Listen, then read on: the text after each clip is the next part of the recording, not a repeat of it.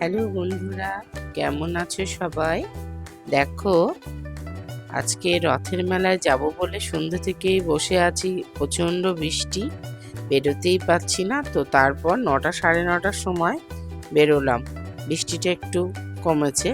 তো সেখানে গিয়ে আমরা কি করলাম, কি খেলাম, সব কিছুই তোমাদের সঙ্গে তুলে ধরবো। সঙ্গে থাকো, তার দেখতে থাকো। এই দেখো, আমরা এবার চলে এসেছি রথের মেলায়।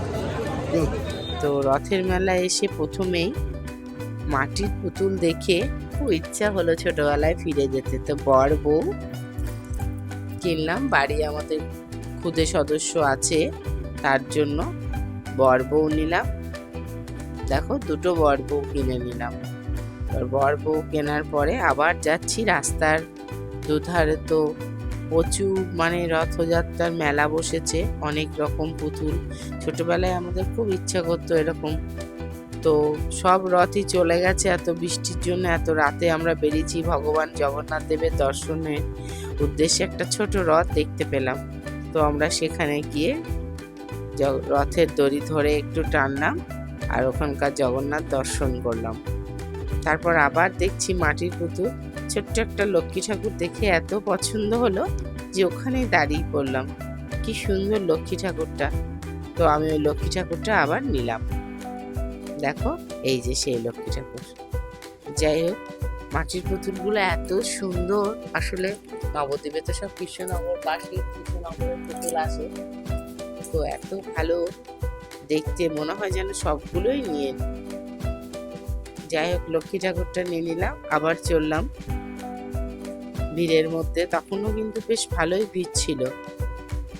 রাত 10টা, তবুও ভালোই ভিড় আছে। লোকেরা প্রত্যেকে হয়তো আমার মতোই বৃষ্টিতে বেরোতে পারেনি, পরে বেরিয়েছে। এখনো বৃষ্টি পড়ছে ঝিরঝির করে, দেখতেই পাচ্ছ। ছাতা মাথায় দিয়ে সবাই চলেছে।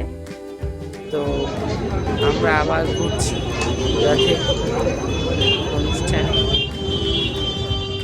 হাঁটতে হাঁটতে দেখলাম যে পোড়ামাতলার দিকে চলে এসেছি। সেখানে ফুলের মালা, মনে হলো বাড়ির ঠাকুরের জন্য কিছু মালা নিই। বেশ ফুলগুলো টাটকাই ছিল।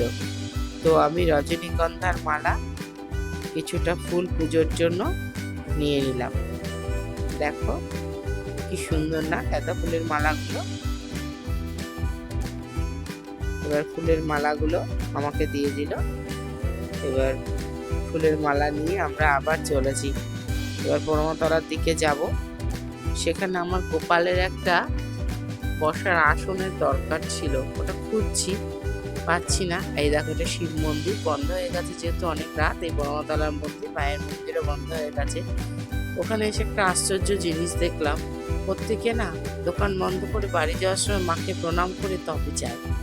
দেখো, এই ষাটটি এসে অনেকক্ষণ ধরে মাথা নিচু করে মন্দিরে, জানি না কি করছে, সিঁড়ির মধ্যে মাথা নিচু করলো। সেটাও আমরা ক্যামেরা বন্দি করলাম।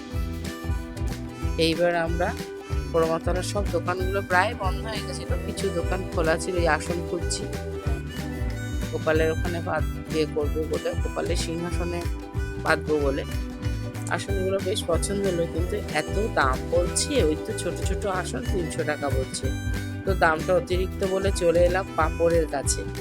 রথের মেলায় আস্তে আস্তে পাঁপড় ভাজা, এটা তো ছোটোর থেকে রথের মেলায় পাঁপড় ভাজা খাবো, এরকম একটা বেশ খুব ভালো লাগে। পাঁপড়গুলো কিনে নিলাম বাড়ির সবার জন্য। তারপর চলে এলাম ফুচকার কাছে। তো এখানে টক জল দিয়ে ফুচকা ছিল না, মেলায় সব শেষ হয়ে গেছে। তো আমরা দই ফুচকা নিয়ে নিলাম আর পাপড়ি চাট নিলাম। দেখো কিভাবে তৈরি করছে। দাঁড়িয়ে দাঁড়িয়ে দেখতে দেখতে আমার জিভে জল এসে গেছিলো। ভাবছি কতক্ষণে খাবো এগুলো। তো যাই হোক, পাপড়ি চাট আর দই ফুচকাটা নিয়ে আমরা এবার যাব বাড়ির দিকে। তো এবার আমার হাজব্যান্ডকে আগেই পাঠিয়ে দিয়েছিলাম জিলিপি নিতে। তো ও জিলিপি নিয়ে নিল, আমরা ফুচকাগুলো নিয়ে নিলাম। এবার বাড়িতে চলে এসেছি, চলে যাচ্ছি। তারপর আমরা সবাই মিলে একসঙ্গে আনন্দ করব, ফুচকা পাঁপড় ভাজা জিলিপি খেতে খেতে। তোমরা সঙ্গে থেকো, আবার দেখা হবে পরের ভিডিওতে। Bye bye.